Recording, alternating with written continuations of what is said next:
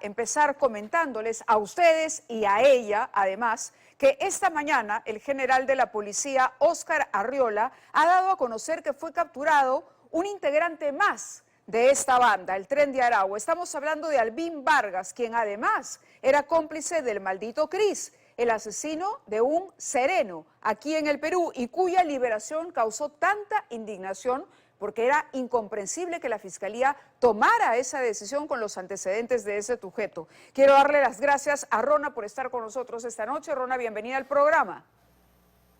Hola, buenas noches, gracias por la invitación. Bien, y a propósito de una declaración que tú has hecho respecto al trabajo que está haciendo la policía peruana y a los golpes que finalmente ha dado para tratar de controlar el avance del Tren de Aragua, por lo menos aquí en nuestro territorio.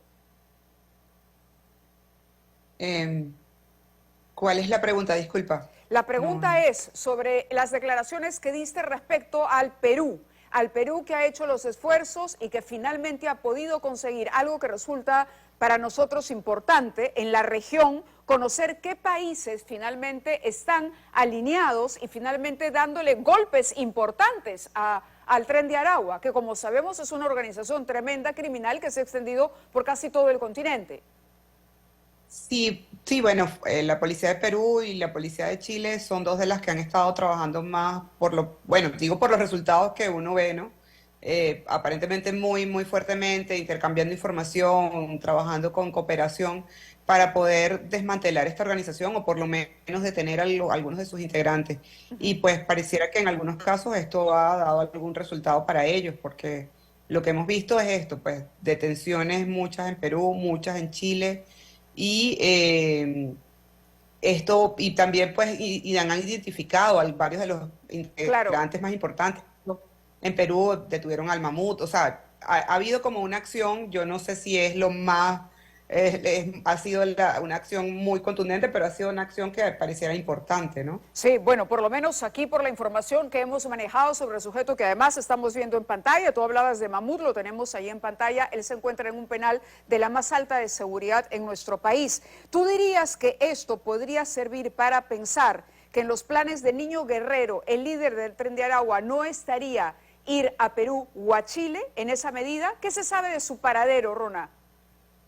No se sabe nada del paradero del niño Guerrero, absolutamente nada. Se supone que las autoridades venezolanas lo están buscando en toda Venezuela y además, bueno, ya se sabe que existe la notificación roja de Interpol para que también pueda ser buscado o detenido en otros países de la región. También se activó un intercambio de información y de cooperación entre varios países como son Venezuela, Perú, Colombia, Chile, Brasil, Bolivia, justamente para buscar e intentar capturar al niño guerrero.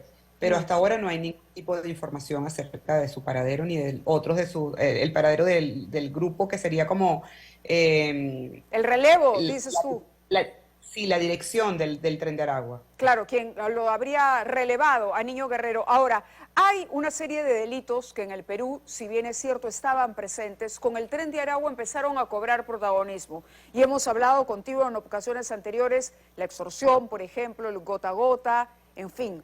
Otro de esos delitos es la trata de personas, la trata de mujeres. ¿Cómo funciona esta facción del Tren de Aragua o esta actividad, este negocio criminal ilegal que consiste en traer mujeres o aprovechar que hay mujeres venezolanas que han llegado a otros países buscando un futuro mejor para finalmente aprovecharse de ellas y comercializarlas básicamente en el mercado de de la prostitución? Sí, o sea, digamos que su modus operandi es reclutar a mujeres, principalmente en Venezuela, también hay mujeres que son reclutadas en Colombia. La mayoría de estas mujeres son mujeres que desean emigrar de Venezuela, que Claro. desean buscar refugio en otro país, buscar oportunidades en otro país debido a la situación que vive Venezuela.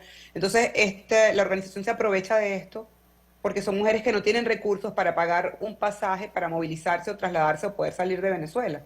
Entonces ellos le ofrecen pagarles el pasaje, pagarles el viaje, les pagan el viaje, las sacan de Venezuela, pero una vez que están en el sitio al que las llevan, pues las obligan a prostituirse, las explotan sexualmente y pues con la idea de cobrar, de que ellas puedan pagar con trabajo sexual, entre comillas, ese viaje.